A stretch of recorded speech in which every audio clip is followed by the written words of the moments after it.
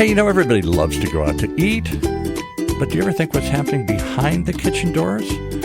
How are they preparing that food? How are they putting together the food and the drinks and the fun? What kind of thought goes into it? And today we're going to talk about the people who help design that and create those magical playgrounds we call kitchens with the man who's played in one for most of his life here, Chef Pascal. Yeah, we're going to talk even more, deeply into what's going on in the kitchen, before you can operate. When you started 100 million years ago, back as a kid, I want to still feel young. Okay.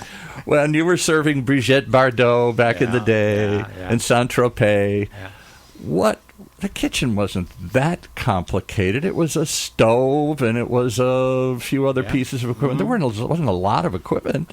Things changed a lot. Yeah. And it's like everything else, evolution. And then the demand and the chef menus change, and you have to adapt. You have to have you have productivity, right? Especially when you work for a corporation or a resort or something, a hotel, or a large restaurant. But even smaller restaurants, you need to have the right equipment. And this is what my friend Dan and my friend Wendy do for a living. For a living. They're the people that put together these magical playgrounds now and bring all this cool equipment together. And so I have a few questions for them to see how people can know about Well, let's identify them first before, so let them each identify who they are and what they do. All right. I'm Dan Chlebowski. I'm with the Fisher Group out of Orange County, California. We're one of the rep groups. There's maybe about 7 of us. So we are professionals with the manufacturers, and we support them in different ways. We have we have 25 manufacturers, anywhere from American Range. We have E-Pro. When you say manufacturer, you mean brands? These are brands. Yeah. These are kitchen equipment brands. Equipment brands goes in the back of the house here, and you're one of the half a dozen ref groups out there that goes out. You must have an incredibly cool test kitchen or showroom that people can see all these cutting-edge stuff here. I do. Over in Orange, California, they have built an incredible test kitchen for us at I'll even give you the address. It's 1636 North Orange we're coming over Avenue and North Orange Street in Orange. And if you can come to that test kitchen, just let us know you're coming. Don't just drop in. If you go there, you have to come with a business plan. Well, you should. They don't want you to It really makes it easy. But we have everything we got donut machines from Belsha in there. We got growing equipment in there. We have a lot of Electrolux professional equipment, as like I saw in your office. You got Frigidaire. That's part of the family as well. It just goes on and on. Beverage machines, cold beverage, hot beverage, frozen beverage. It's a playground. Just yesterday, we had a group come in, a very famous chain here in Orange County, and all they kept saying is, "You are the luckiest person in the world you got everything. with everything that you have here." But it doesn't mean you bring dinner home. No. I have been. Yeah. So, but also, do you still have that beautiful trailer truck or... Yeah. We do. We have a mobile test kitchen, yeah. So we still have that. That mobile test kitchen has been in front of me for the last 9 years. So for the last 3 years, it's been with Fisher Group, and we load that thing up. It's very modular, so we can load equipment in, take equipment out, so it's ever changing. And wherever we might need to go in Orange County, LA, Santa Barbara, San Diego, even Las Vegas, we'll take that unit out there so we can show the end users. And the end users are usually big chains. Like in Las Vegas, we have almost every hotel. We have a gentleman out there that works for us named Jeff Moore. He can put us in front of almost any chef, any buyer, and really. And the good thing now, like we have at Saddleback College now. Yeah. We have a kitchen. It's all electric. So that the mobile truck is all electric as well. So the mobile test kitchen is both. We've been doing a lot of work with electric, as Wendy's been doing work with electric with her employer or her where she's retired from now. But she's too young to be retired. I know. Yes. We all think the same thing. But the mobile test kitchen does have power for 208 single volt or single phase. Then we have gas power as well on it. But I like to run electric on it because it really shows some of the stuff we can do. And when we bring electric to people, they get super excited about it because a lot of the electric equipment is ventless, and a lot of people in their industry are going ventless. It's not because it's clean energy. It's keep your kitchen clean. Absolutely. And you have to put a vent in, which is a lot of money. You got to run it through the roof, and you got to put scrapers and scrubbers and other things on the top for the air quality. All right, Chef, we got to get you to lean a little bit closer. You're leaning back. You're a little too relaxed today. Yeah, and some of the key players out there in the ventless industry that are doing a absolute famous job is the Hatco industry. They have so many ventless items. They have another brand that's called Oventions. Oventions is out there with several. I have several different items from Ovention that are ventless that can cook anything from frozen to a finished good or thawed to a finished good, but can give you every aspect, pizzas in 2.5 minutes. Yeah, pretty amazing. 20 years ago in the 80s and the 90s, I owned a couple of bars and restaurants. We started off as just bars. They were called Kelly McHugh's. And people quickly said, we got to do food. I don't know why we didn't think of that. We thought it was just a bar. We took over one originally. It was mostly just a bar. And the food was nothing. It was just, cold sandwiches in the back or something. Pub grub. And somebody came to us, I don't remember the brand, with one of these ventless fryer kind of things. Right. And it was, I don't know how it worked, but we put stuff in it. We could do pizza. We could do French fries. We could do all the stuff. We didn't have to have a grease trap. We didn't have to have a deep fryer in oil and the vent that we would have had to punch a hole through the roof and do all the other stuff. And it tasted indistinguishable. Was that not the beginning of air frying? I think it absolutely. might have been what it was or something here. So air frying is one way of looking at it. A lot of it is impinged air. And just the airflow. You talking into the mic here. So the management, you're getting excited like Chef. Yeah, I do. The management of airflow is what is the key to any of these operations. Yeah. Like when we're in that electric genre, when you're saying air frying, those are basically fans that are pushing compared to impinged air, which is you can really control that impinged air from like 10 miles an hour to 60 miles an hour in the way that it cooks on that item. Yeah. So that airflow is what gives you that crisping and that look and feel like it's been done. That's a step above convection. Yes, I would definitely say it's a step above. Yeah.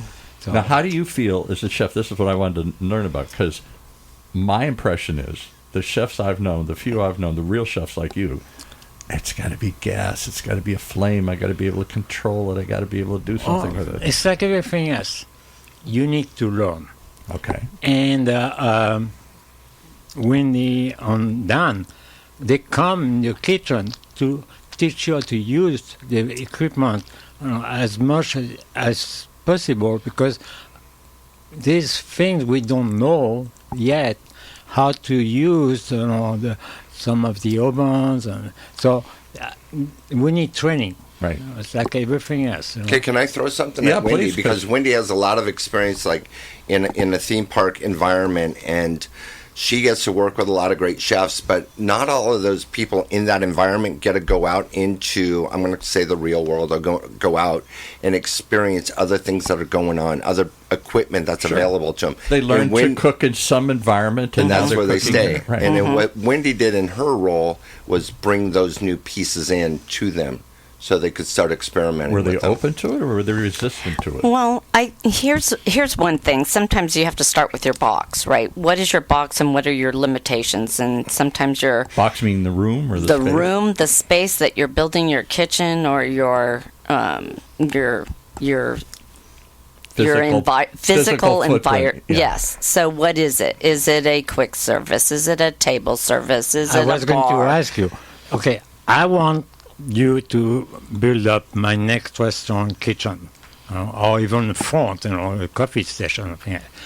But are you doing like consulting? And say you want to know my menu, you want to know the volume, you want to know my expectation, and how much customer staff, profile, how much staff I need in a the kitchen. Is that thing that you go into the equation? Absolutely. You need to know what your expectation is so that you can build to it.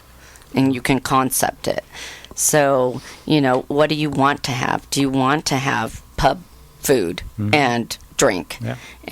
Or do you want to have an elegant table service with elegant drinks? Where's the storage for your wine? Where's the storage for your alcohol? In California we have... You stick it on top of the refrigerator in the back. That's what we do with it. In California we have a lot of rules. So, your alcohol needs to be locked up. So do you have space for that? So identifying we take the employee changing rooms and we jam it all in there. Once we get approved, we fill it up with all. Or you're fired. So those are the kinds of things that I kind of think of. What are the compartments that you need in order to build your concept or your dream? And at one point, you have to listen to all of that, and then you can talk, what's your budget? Right. What's your budget? Yeah. Or what are the facility limitations? Is your facility... gas and electric? Is it both? Yeah. What do you want to do? How do you want to be efficient? Do you have an event? If you don't have an event, your budget could blow that concept right out the window. Events were incredibly expensive. I think they've only gone up. What's it cost to put a hood and a ventilation system and punch through the roof, and then you have to have... Don't you have to have air quality? It depends on the size of your cooking line. I can help. I'll share with you on that one real quick. So it depends on the quality of the unit going in. First of all, you can go from a low end to a high end. We have a very high end vent. It's used in a lot of the major chains because it needs to last them throughout the decades that a chain will be there. It's a big investment once you put it in. But it's going to be anywhere from about $2,500 a foot to about $3,500 a foot. And a typical cook line is how many feet? 10, 15, 20? 10 feet? 10 to 20. Yeah. So 10 times 3,500 or 35 grand, 45 grand. You get 40, 50, 60 grand just putting that silly hood in. Easily. On 10 feet, you have only maximum 12 burners, or you have 6 burners plus an oven, a double oven. That's pretty much it. So. And I'm not trying to scare anybody out of doing this, but you can get down into that for probably a 1,500 range. But it's the vent is that hood space is your most valuable space. So absolutely. Sometimes I'll see just a table or a storage unit sitting under a vent, and I'm like, why are you wasting that valuable space? Because you need that room for something else more productive. Always. And you don't want your stuff to get too hot in the kitchen. It's very important, the comfort there. Well, that's part of it, and then you got to get all the fumes up. But in California, you have all sorts of air quality rules and stuff here. You can't just punch a hole and start... I see people sometimes think they can do that. Little ethnic restaurants I go through, and they're just cooking in the back on an old-fashioned barbecue or something here. But for me, the key of a well, and you're going to answer that, I'm sure, is... the layout of the kitchen. This kitchen layout they're doing great, but the kitchen layout is terrible, and you can't work. You can't really produce. Are there still designed? We use, I don't know who we did, this is 20, 30 years ago, but somebody recommended, we didn't have much money, but we put some money into a kitchen designer, because otherwise it wouldn't flow.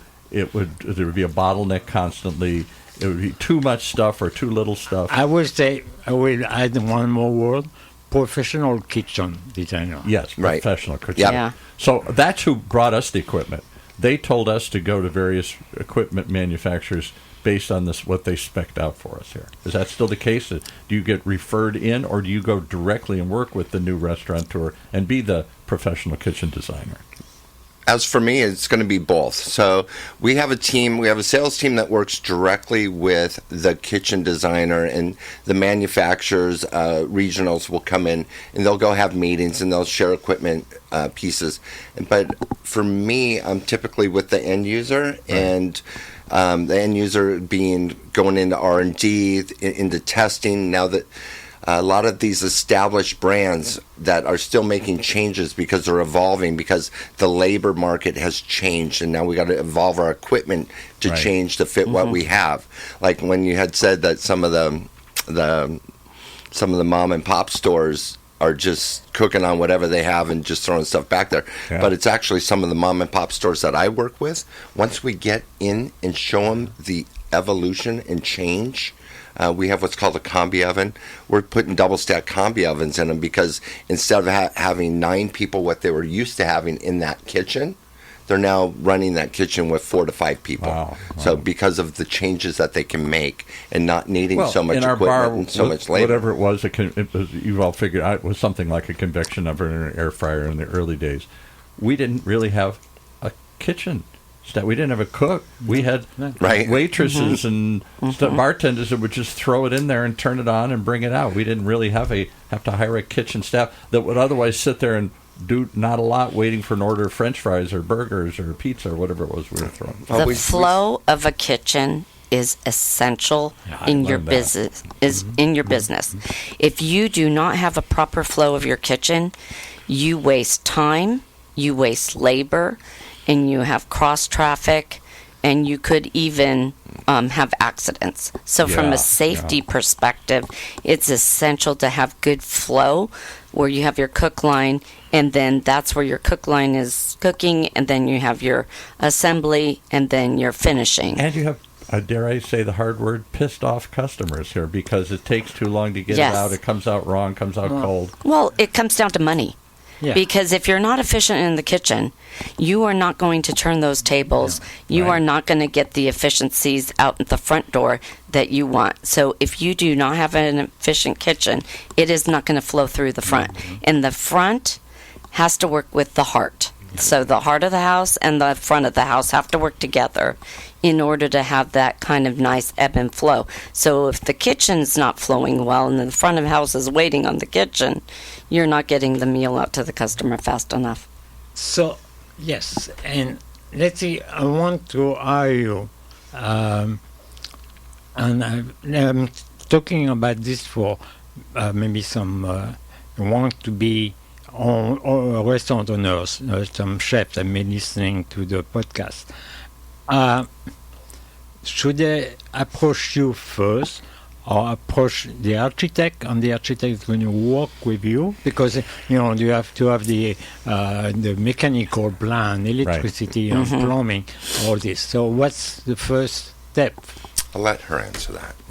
That's a good question. Yeah, it's a great question. I think a lot of it starts with your concept. So what is your concept? What is your budget? And then we've always worked with a kitchen designer because they are supposed to be the experts. And then you work and negotiate with them. And then those kitchen designers should be working with the rep groups and bringing in the rep groups with the piece of equipment that you're trying to execute this type of dish.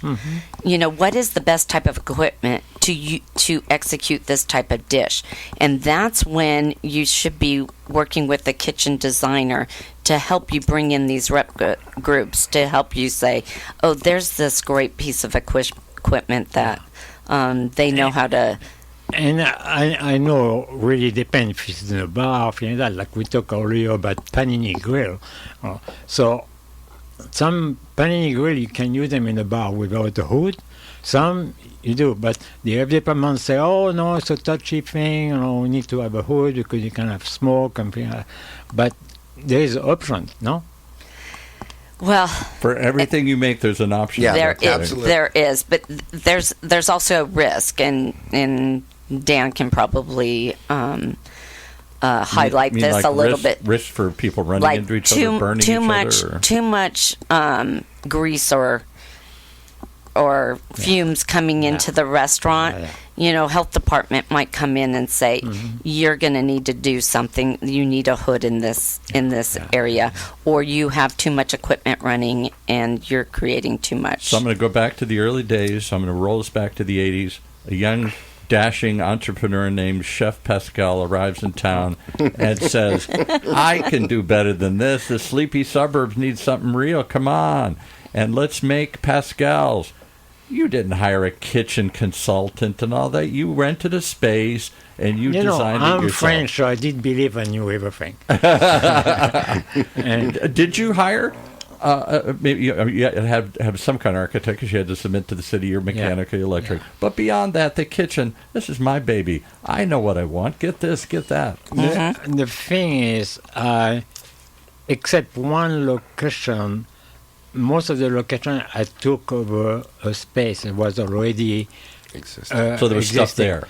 There's a lot of legwork being done before. Right. Okay, the plumbing, electrical. The hood, you were stuck with whatever they stuck in. Yeah, and from that you modify to your needs. And that's what. So I guess my point is it changed? I know. What's the average cost of a starter for 3, 4, 5,000 square foot space? $500,000 now or something? So I can go ahead and answer that. For 3 to 5,000. I bought my restaurant when I was 23 years old, 5,500 square feet, but just like yours, fully established with everything in it, ready to go. Mm-hmm. I didn't need every piece that was in there, right. And being that you knew what you needed to do something, like today you know what to do. We love working with chefs and the architects at the same time. Yes. Because that way you know what the menu is going to be, and then you know how to drive the equipment package that you're looking for. Like I was saying, my equipment package, I sold 4 to 5 major pieces right off the back, which I didn't need. Yeah. And I just used them as capital to continue running the business. In those days, you could build a kitchen 20, 30 years ago for $20,000. Nah, it's $500,000 still. Yeah. $500,000 to build a kitchen. Right? In the 80s. 1988, $500,000. Right. To build a 5,500 square foot. Now, a bar might be different because you didn't have all the bar food. When you have all that on some of it, but that shocked us. We weren't prepared for that kind of event. That was our biggest chunk of our investment, was the back end, the kitchen, and we're thinking that's not even the biggest part of our business. That gave me an idea. Can you equip food truck? Yes, absolutely. Because that's the new wave. Business. Yeah. Mm-hmm. It's still expensive. You're mobile. You can go anywhere. You can go to your customer. Your customer can come to you. They can find you. Everything is different today than what it was in the 80s because, the marketing aspect is Instagram or TikTok, whatever it might be. You can drive your own business. Back then, we had the penny saver or, a flyer that went out, and you were hoping that the We literally went door-to-door flyer. Or you're putting them on cars. Newsletter, almost handwritten newsletter. Or you're sponsoring teams and hoping that they would come in and be a part of your environment, just like with your bar and your pub. We did that, absolutely. Adult softball teams, I'm sure. Right. And that was how you generated your business. Today, it's very different in the way that one item can be TikToked or Instagram, and that becomes like everybody's favorite. One of the things with Wendy and where she's from, I'd say, is it Instagrammable? And if it's Instagrammable, that just creates the queue in the lineup. I mean, Instagram and all those social media has changed food and beverage completely. How so? Yes. How so? It changed me. Yeah. So definitely, because the audience is there. You reach out to the audience and they wait to have something new. And so do chefs then take you behind the kitchen door and show you the equipment and show you the making stuff? Or is it still just the black box, the mystery where the stuff comes from? I have no idea what's back there. What do you think of that? Is that my question? Yeah, that's more you. Oh. Should they be exploring? Should I be touting that I have this cool stuff? Should I be showing you the cool stuff? Or is that just how I'm efficiently delivering the food and I don't want you to know that I don't have... Or you showing the magic. Depend also. I'm going to take that one real quick. There's also some trends. Like slowing down now, but now it's kind of everyday thing. Every chef were doing sous vide. Doing what? Sous vide. I don't even know what that is. I mean, it's a slow cook in a, under vacuum. Right. And so they want to emphasize that we're slow cooking. We're part of that slow cooking. So you have some special equipment for that as well, but you need training. All right, so he's going to tout it now. So you're selling me $500,000 of cool gear, and I put it all in, and maybe it's because I can do something, or maybe because it'll cut my cost. Should I be telling the world the magic, or should I keep that a secret? I think you should show the world the magic, because I can give you two quick examples. There's a company called Belsha Automatic. They make what is called a donut robot. The unit is probably about 40 years old. Okay. and it's still significant. We just had somebody in Indian Wells out in the desert open. Upscale neighborhood, yeah. It's called Havesey's Donuts, and she has her bell shot automatic donut robot right in the window where the kids can see what's going on. The magic's happening right there in front of them, and they can see it. And the it's robot's the same thing. Magic, right? Now Disney has the same. Disney has a machine similar to it, or the same machine, and it's hidden behind a wall. Yeah. And the magic comes out in the amazing donut that they serve. So it's like I two saw a different place approaches. like that. They make falafel too. What? Falafels? The falafels? Falafel, same with a robot? way. Yeah. Pretty much. They Spits it out? They have legs, but Yeah, there's amazing. a submerger for that. So Yeah. it drops in, it submerges, and it pulls underneath, turns it round, and gives it. It's amazing. I'm thinking of I haven't been to it, but I always wanted to check it out. What's the Tesla restaurant up in West L.A.? It's a burger place. It's supposed to be their concept thing. They might open more of them. Tesla. It's Tesla's. And they have robots. It's a charging place. Serve you, and you watch the robot make the food, and the robot serves you the food, and then you can charge your car while you're there and all that. And it's supposed to be like a 50s diner filled with robots. I know of it. I know the chef that started it. He is not there anymore.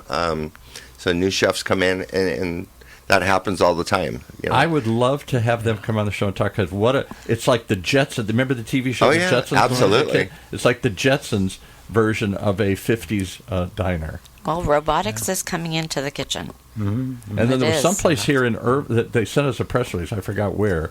They were having robots flip burgers and stuff. That was their whole pitch. Flippy?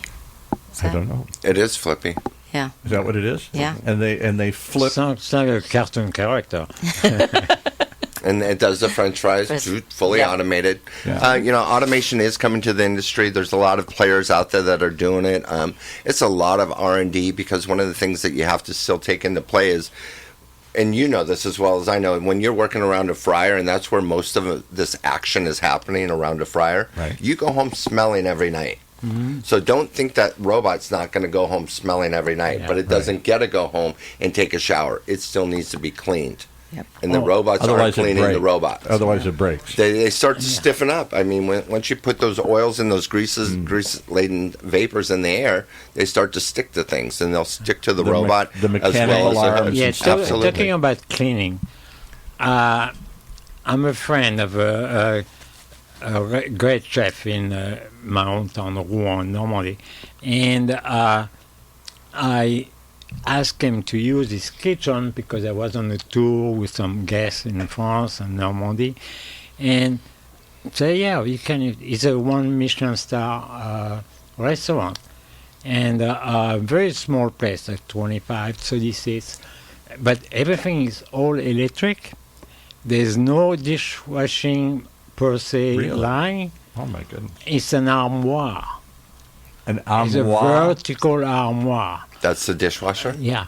And they put everything, stack it inside, they program it, and overnight they wash everything, glasses. Wow. I would love to see that. In That a sounds little amazing. tiny village and then they come back in the morning, it's all dry, ready to go. Now that blows my mind. That would save some Because labor. when on space too. Yeah, space, yeah. If I were going to take your tour, and we should tout those once in a while, you do take people on little private tours back to France to these little villages to see these little Michelin star restaurants with 25 seats in some little village somewhere. That's what we all picture, right? I'm waiting for the invitation. I picture those guys cooking on a stove that's been there for 100 years, slavering, and you've just blown my thing. It's all automated and electric. We did both. We did both, and but we go to the farmers market, bring food into, and then we put a menu together.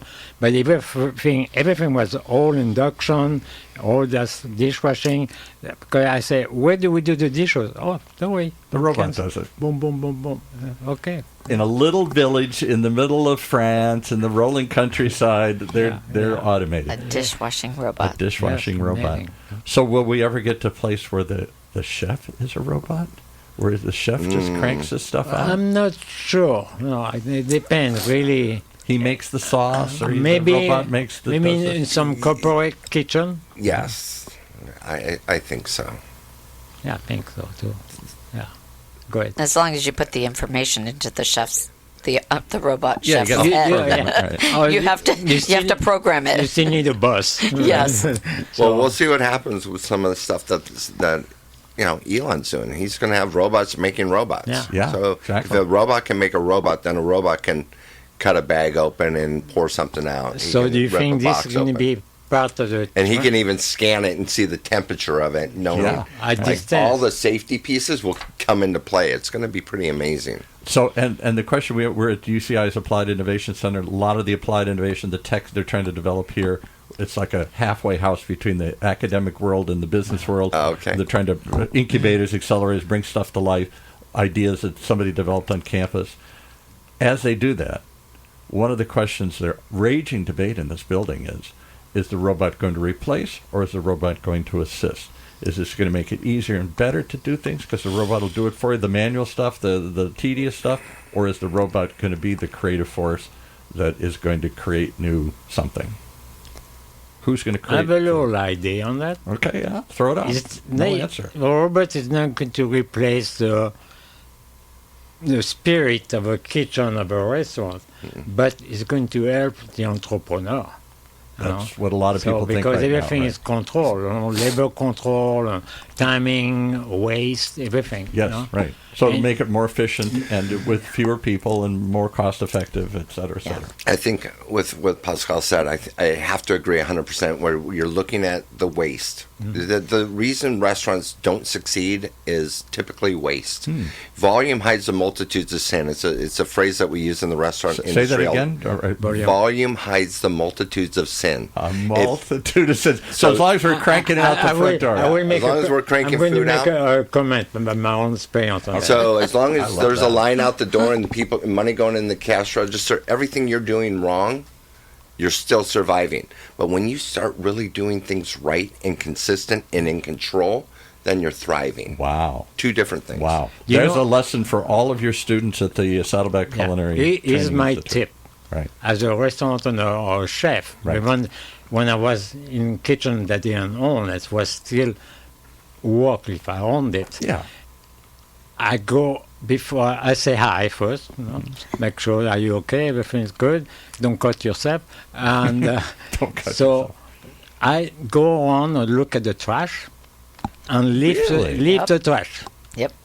And if the trash is like 20 pound heavy, that means 20 pounds that I bought. Of Of something food. and threw it away. Yes. Say, what's wrong? Waste. You know, did you cut off too much of this? So, can you use this for the stock? Or can you use that? So, if your trash are too heavy, something is wrong. Can I touch a base on that? So I had a job where I was in charge of a big facility at a theme park. And I did the same thing. They had these red buckets, and I was like, what is this red bucket, and why is it so full of food? Yeah. Why is this food waste here? Oh, they feed the pigs with it. I was like, I'm going to evaluate this. Then the factory that processed that burnt down. Our food costs became magic. All of a sudden, our waste was very minimal because they had nowhere to throw it anymore. They weren't discarding the same way. They were actually processing and doing what they should have been doing in the first place. And then you have a lean pig on the menu. Yeah. Yeah. In 10 years that my bar existed, Kelly McHugh's in Mission Viejo, 5,000 square feet, little kitchen. We did $1 million, $2 million a year in gross sales. Most of it, 80%, 70% Congrats. is booze. So it wasn't a huge kitchen, but a consistent kitchen. Never once did anybody talk to us about waste. Never once did we even look at what was being thrown away. To a certain degree, we were already prepackaged stuff and already pre-measured things, burgers and patties and other things. We weren't making it ourselves. But never occurred to me to this moment what we were wasting in that. Amazing. So there was a line out the door, and we were full, and it all covered up the sins of what we were doing in the back. At least do compost and have your own herb garden. Yeah. That's a good recycling there. But now they do that too with wine. You have a wine cabinet that give you the right pour. They keep the wine longer, fresher for a longer time. And which is why you had the wine a guy. Last week we talked about it. And I said we stayed away. This is the 80s and 90s, and really the 90s. We stayed away from wine because we couldn't. We lost too much of it. Once we opened it, and they didn't drink it, we were throwing it away. Unfortunately, we're going to lose Wendy. She has to Wendy go. has to go. Sorry. So I wasn't sure. We're going to cut to a logo here, and we're going to run a little quick piece here. Wendy can take her headset off here, and she's going to disappear. And we're going to remind everybody that you're listening to OCTalk Radio. Thank you, Wendy. Right here at the University of California, Irvine's Beale Applied Innovation Center. Wendy has to go pick up somebody or go somewhere here.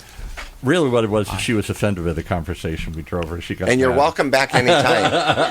No. What an interesting idea. All right, now that we've got Wendy out, let's come back in with, do we call you Chef? Even though you were... I am not leading anybody in this room. So, He could be a chef, definitely. So I always try to refer back to that. I mean, I've had chef positions throughout my career. But with what I do today, I like to be called a culinary specialist because I think that it's more representative of what I do. But when I'm in the kitchen, I do have respect of the people around me, and when I'm leading them, you look like a chef. They call me chef, and so I'm okay with that. But it's just like any chef, when you're outside of your environment, you want to be called by your first name, right? Because even in your test kitchen, like Reiner hates when I call him chef.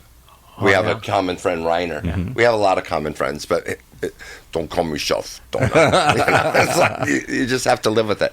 And here's another question. So I hope I'm not touting one of your competitors here, but I know I used to have, our studio used to be over across from South Coast Plaza for many years before we came over to UCI here. Okay. It was just an office tower. And around the corner, I was surprised to see right next to Sagersum Center and stuff were two Wolf and what's the other big brand? Fisher and Pickle. Fisher and Pickle. That was another one there. Yeah, there were two equipment showcases for two specific. So they weren't going through reps like you. They were going direct. They had their own direct showroom. Mm-hmm. Wolf being one of them, and the other one is Fisher. Yeah, I forgot what they do. And I got to go in there once. We got invited, OCTalk Radio, for a dinner. I thought a dinner at a show kitchen. Yeah.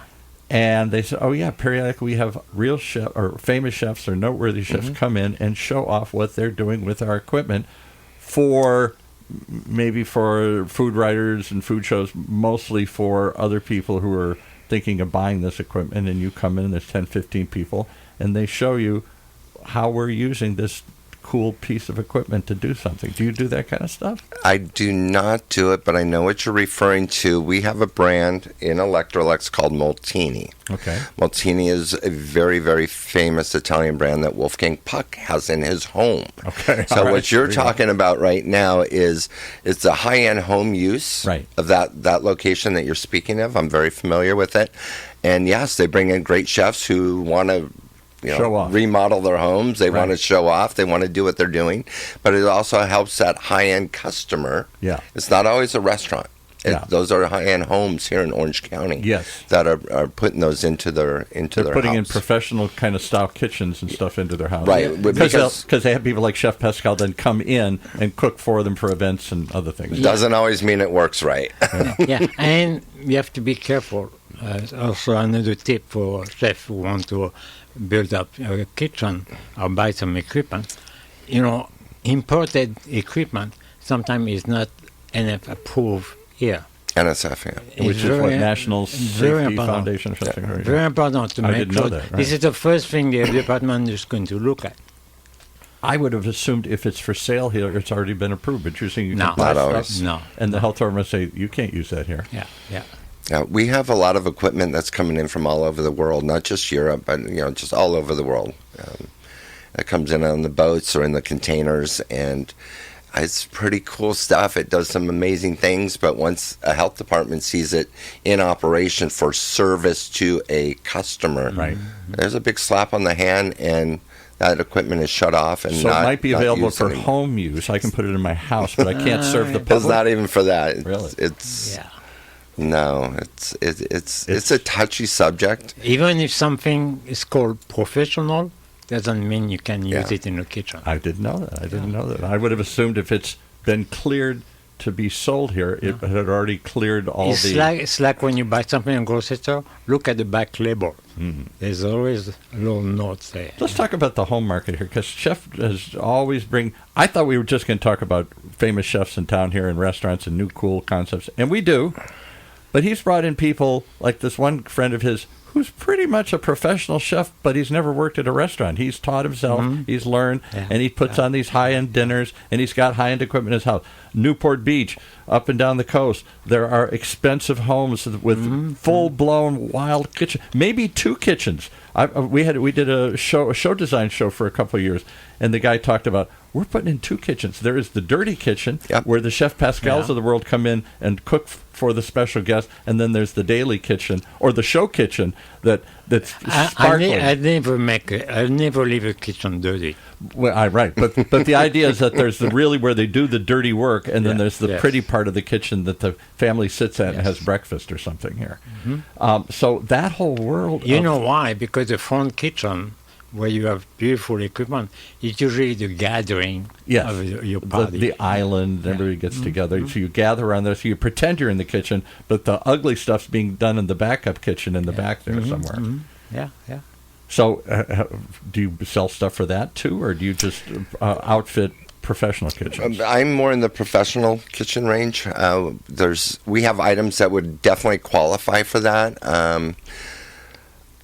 But here's what happens. You can't get the installers for them. Really? So you have professional installers that will not touch professional equipment going into somebody's home. So you better know somebody that's going to... I didn't know that. That's going to go around the rules, because you have what you call the ASAs, that they're authorized service agents. And if they're touching something in somebody's home, that's typically taboo, and it's not something that we So don't the manufacturers recognize? I'll give you a strange example. So 15 years ago, I started this podcast channel. Nobody knew what a podcast was. And so I went and bought traditional radio mics like the ones you're using here that I used in real radio stations. And now we're in an office building in a podcast studio, not a recording studio or a radio station. Right. And so I'd go to the big events, the trade shows and stuff, and they would poo-poo. I'd tell Shure that I'm using their mics in this place, and they'd make fun of me. They didn't want to talk to me. Now you go to the NAMM show, the National Association of Music Merchandisers, where they showcase all this stuff. It's all...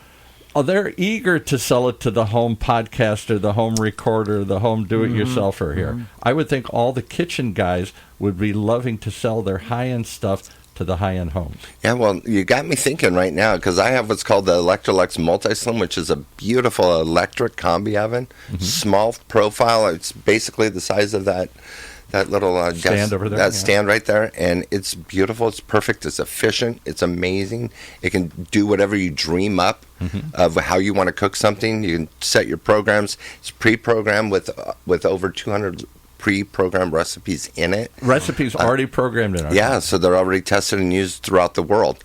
And it's quite an amazing oven. And, touching base on where we get it, we usually get it into small cafes, which don't have all that extra room. But going into the home use, Emerald Bay. Is that what we get in some... Emerald Bay, it's a great place. Some of the coffee houses that serve more and more food, they need to have those little ovens that you just push. Yeah, like your electric over at Saddleback, you have that electric room. I mean, this would have been like that perfect oven where everybody, all the instructors would have been, that's the one we need. Oh, they're listening. They're listening. There you go, Lisa. We need one, Lisa. Please.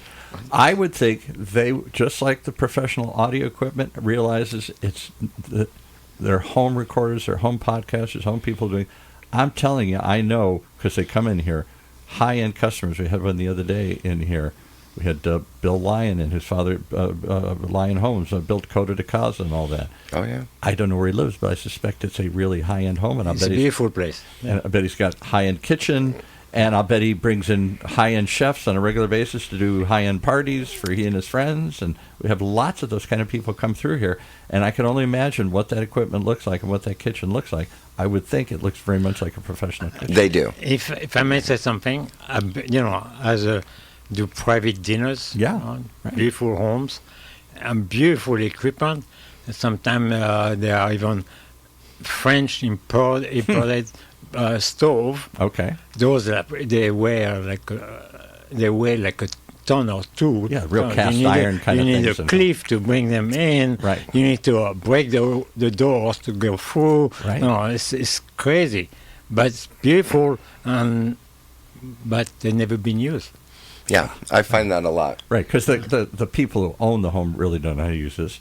It's only either to show off or to once in a while use it for a private party. Mm-hmm. And it was probably spec'd when they bought the home, or it was spec'd in, because like wine cellars too. How many of the massive wine cellars, how many of them don't use these things or know what to do with them or don't really buy much wine? Or they're drinking too fast.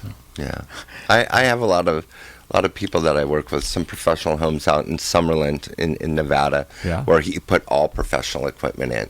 And it's stunning just to walk in there. And he is basically owns like 7 drug companies. Huh. And the guy cannot cook. He's, and I got to say, and I would love to show you the photo, but I don't want to embarrass him. I'm not going to even say his name, but his first attempt at cooking a roast was on Christmas Eve. And I sent him the recipe, how to do it right, in a combi. And he goes, "What do you think?" And he sends me a picture of it.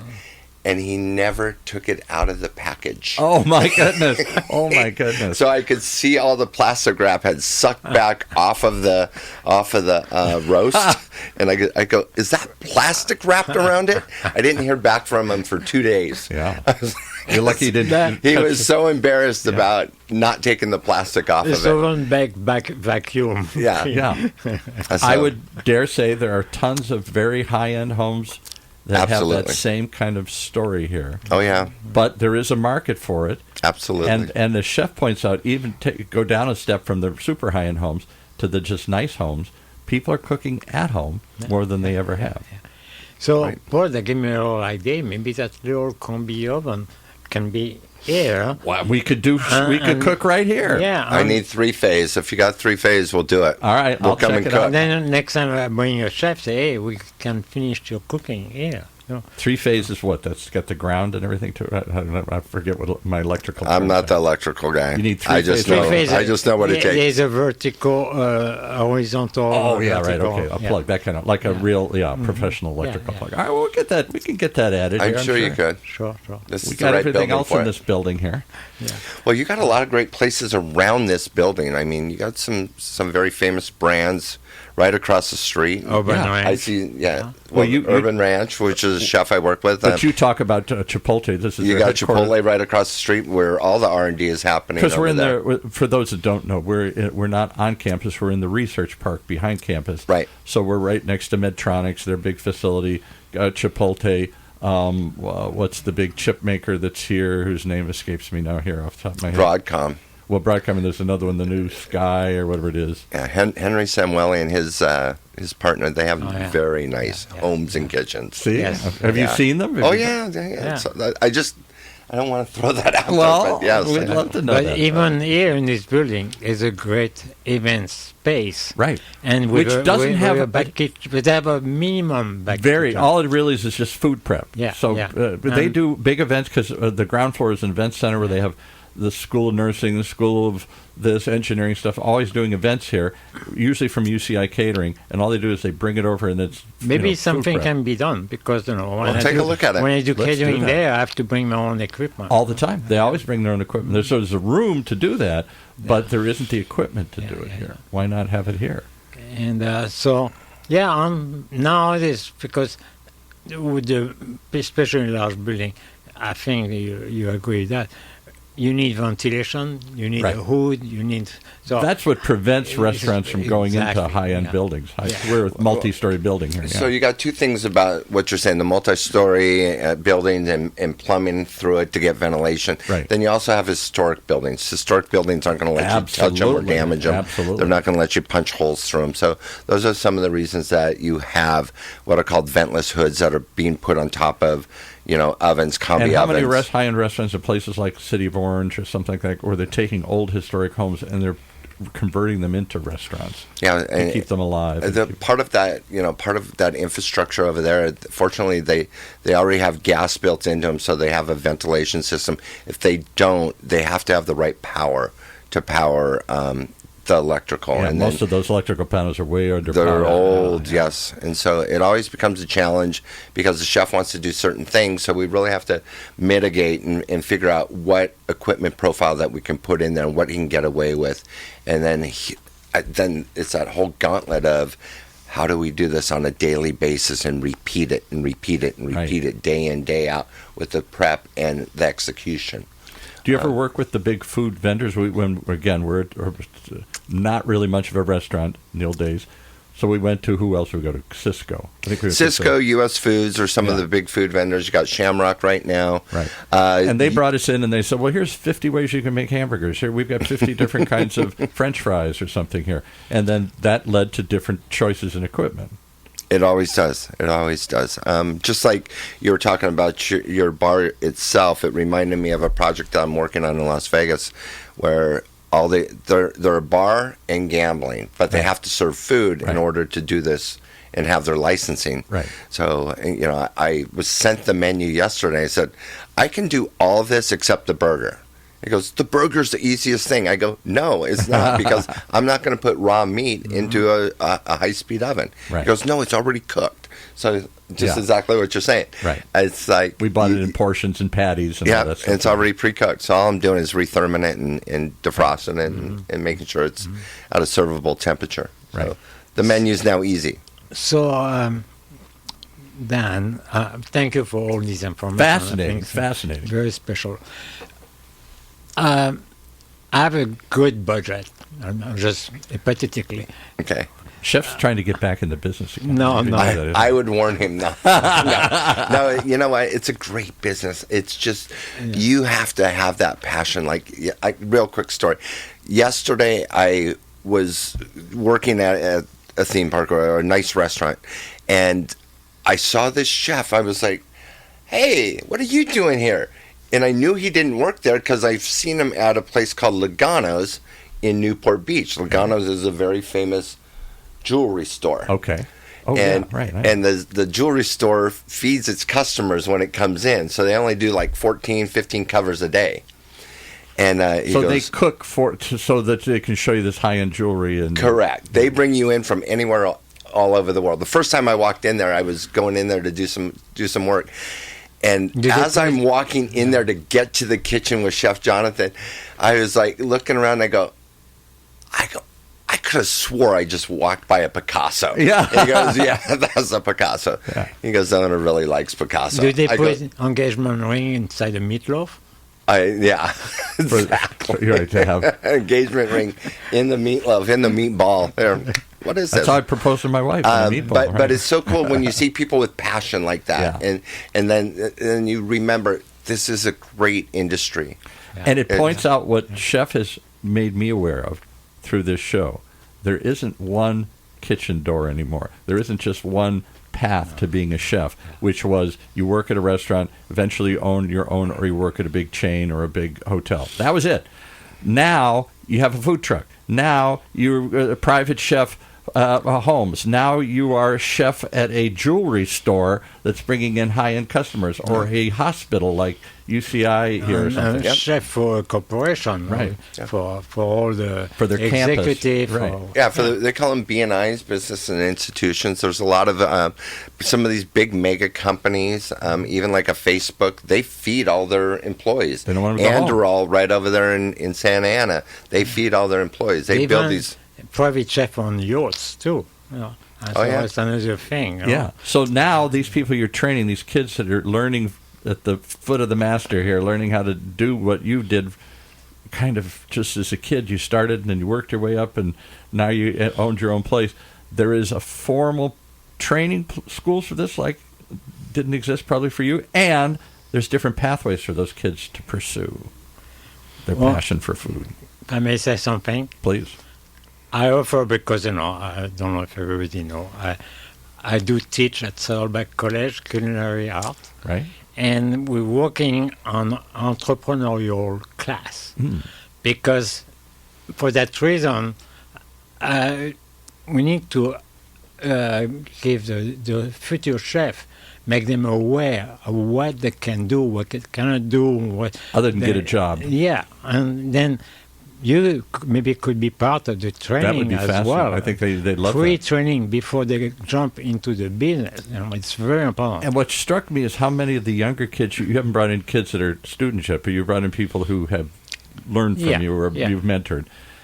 And many of them have said, I would love to have had my own version of Pascal's with my name on it, but not anymore. Too much money, the rent's too high, the investment's too big. I'll do something else. I'll have a food truck. I'll have a food hall. I'll have a food line. I'll do something. I'll be a private chef. I'll do something else where I can still express my passion and do this without that kind of commitment or cost. These days, it is scary to have your own establishment. Yeah. But, if you plan it well, it should work. And that's why we have professionals to help you.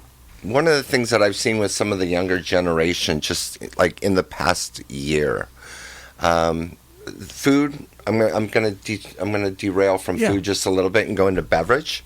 The beverage market. We haven't even talked about that. Yeah, right. The beverage market is huge, and some of the young entrepreneurs that I'm seeing that will come in and work with me are starting. Like Agua Fresca in Southern California is just huge. Right. You've probably heard the term.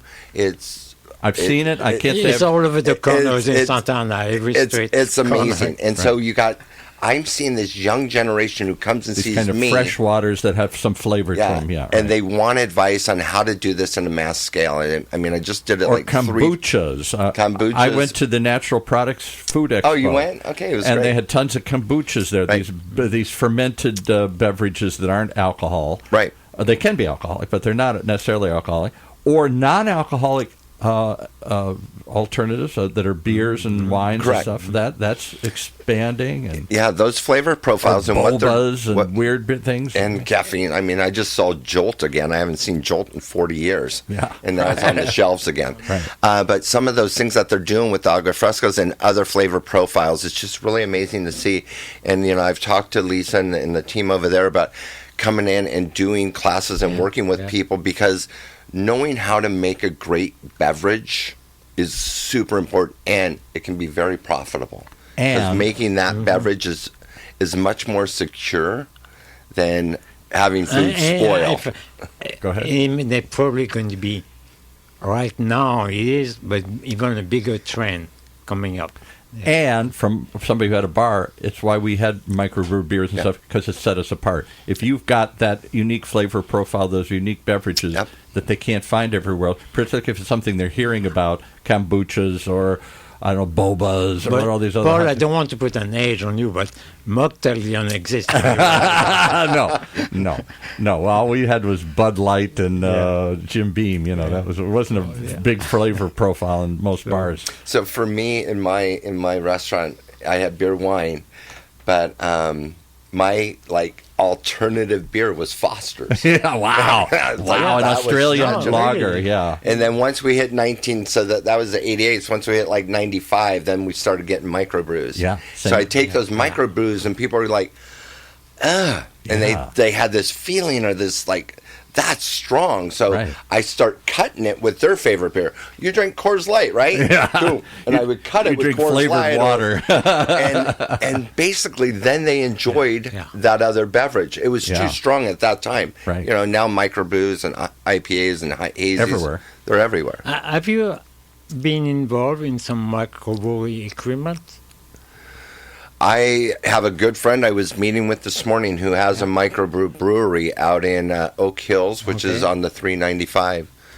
His name is Jerry Hackbarth, part of the Hackbarth because family. Same thing, there's an evolution in the equipment, for the fermentation. And it's amazing. And too many of them, unfortunately, microbreweries have peaked in this sort of comeback ways because they didn't make good beer. And a lot of it was pricing. They priced themselves out. They were trying to keep up with the Joneses and saying, hey, mine's worth $14 a pint. When it was like... the problem, there's a little bit outside of the buck, but the problem is microbreweries make too many kinds. Well, that just too. find out which one are your best seller and you stick to Don't that. make 50 of them, yeah. You know, if you want to make a Budweiser, make it for 100 years, you know. Right. So, but we're coming to the end here. What we got to coming final back things. to a question I started earlier. All right, I have a budget for my own kitchen. Okay. And will you come in my kitchen to install it in a semi-professional way? Would we come in and install it? Well, at the Fisher Group, we had what's called Roadrunner Installation Services. Okay. So we can install almost everything and anything with our team that we have. Okay. From the beverage end of it to the cook line. So it doesn't just arrive in a box and then I got to find No. Right. We I don't want to say it's full service because there's certain things that are specialized, but when it comes to the equipment line and the bar piece of it, setting up your tables and your seating area, all of that can be done.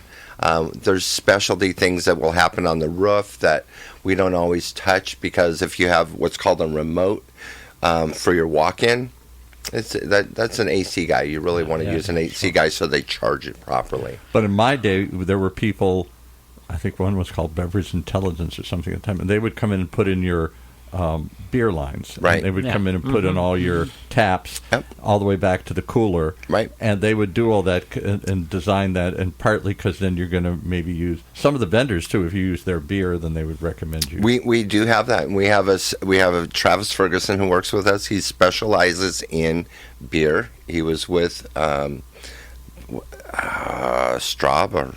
Straub was the big one, yeah. Right. Straub for years. Right. And if I got that wrong and he's watching this, I'm sorry. But he has built some specialized cases for the agua frescas, and it's very unique, and we'll see what happens with that. It's super cool. But yes, we can do all those types of installs with having Travis and Kevin on our team. How do they find you? How do they learn more about you? How do they call you? They can go to fishergroup.com. They'll see it right there. And how we spelled it? F-I-S-H? Fischer. So that's a C Group. Yep. It's the German way of doing Fisher. F-I-S-C-H. Yep. E-R. Yes. Fisher Group. And you're up in Orange, and they can come check you out and see all your playground of equipment. And we should have Chef Pascal do a demonstration there. Absolutely. Sure. We would love that. Why not? Yeah. I think that'd be fun. Bring a few chefs together and let's cook and have a nice Show time. the world. You can come next week if you want. And then we'll do a story about Tuesday. it. We'll come back and do a story about it. We'll go out and cover it, then we'll discuss it. We're doing a St. Patty's Day. In fact, look, I actually tucked this in. Here's a little flyer. Okay. What's this? Give us this thing. This is a Get Lucky with Hatco. And what is that, a contest or an event? No, it's just for anybody who wants to come. We have an open house. So the open house is all day long. In the morning, we'll be doing we're going to actually bring out that donut robot I talked about. We're going to bring that out. We're going to make some really nice savory donuts and sweet donuts. That's we're going coming do up both this things. Saturday? No, it's going to be on March 17th on St. Patty's Day. So what day of the There's week? a robot. Tuesday. Are you going to put a green tag on the robot? Green. Put green oil on them here. Green beer. All right. We Thanks so got much. And Chef Pascal, as always, how do they reach you? Oh, PascalCuisine.com. Okay. Yeah. To learn about the catering and the consulting and the teaching. Pascal, that's on Facebook. Number one chef Pascal on Instagram. That's your Instagram handle, number one chef Pascal. Yeah. Wow. Only you would have the boldness to claim the number one chef on Instagram here. Wait, how many minutes we got left? 1 or 2. Go. Okay. Here's my story about how I met Pascal. All right. Real quick. So I was living in Seattle. I was recruited to come back down here and run stuff for Mandavi. Working at Mandavi. Didn't they had a place here in Orange County? Yes, in Orange County. So I was running the production facility, and I needed a production manager to support what I did because of the level, just what it was. Yeah. I hired Jeff Knight. Do you remember Jeff Knight? Yeah. So I hired Jeff Knight. He goes, I work for Pascal. And I was like, okay, well, I need somebody. And he was great. And then we had a chef, an executive chef, who couldn't make gnocchi. And so Jeff goes, I got somebody. And he goes, we're going to get Raphael. So we took Raphael from you, too. We're stealing all his staff. Yeah. And then Raphael comes and starts working with us. So we're now all working at the Disney, we're working at the resort and we're for Mondavi, and we're what's called an operating participant. And so because Mondavi had a place within the property, yes, Yeah, it's called the Golden Vine Winery, yes, Yeah. and that's where I met Jim. And he still is friends with you after he stole all his people well, I didn't away? tell him until afterwards. You know, that's why you know how to outsource, right? Exactly. Well, thank you so much. A fascinating world way behind the kitchen doors. Yes. But before the kitchen doors even are opened and before they're designed and laid out and figured out, where do you find it? How do you fit it? How do you feature it? What do you do with it? Lots more choices than I suspect in my day or your day. A lot of choices, but can go back behind the kitchen door. Thank you so much for joining us here. Thank you. Thank you, Dan. All right. Thanks, Chuck. Well, there you have it. Boy, that's really behind the kitchen door. We're going way down the rabbit hole here, but a fascinating one at that, as we take a look at what really goes into building restaurants these days and what can go in, as there's so much more choices and opportunities with groups like the Fisher Group here. Right here in Orange County's only community radio station, OC Talk Radio, streaming live from our studios here at the University of California, Irvine's Beale Applied Innovation Center.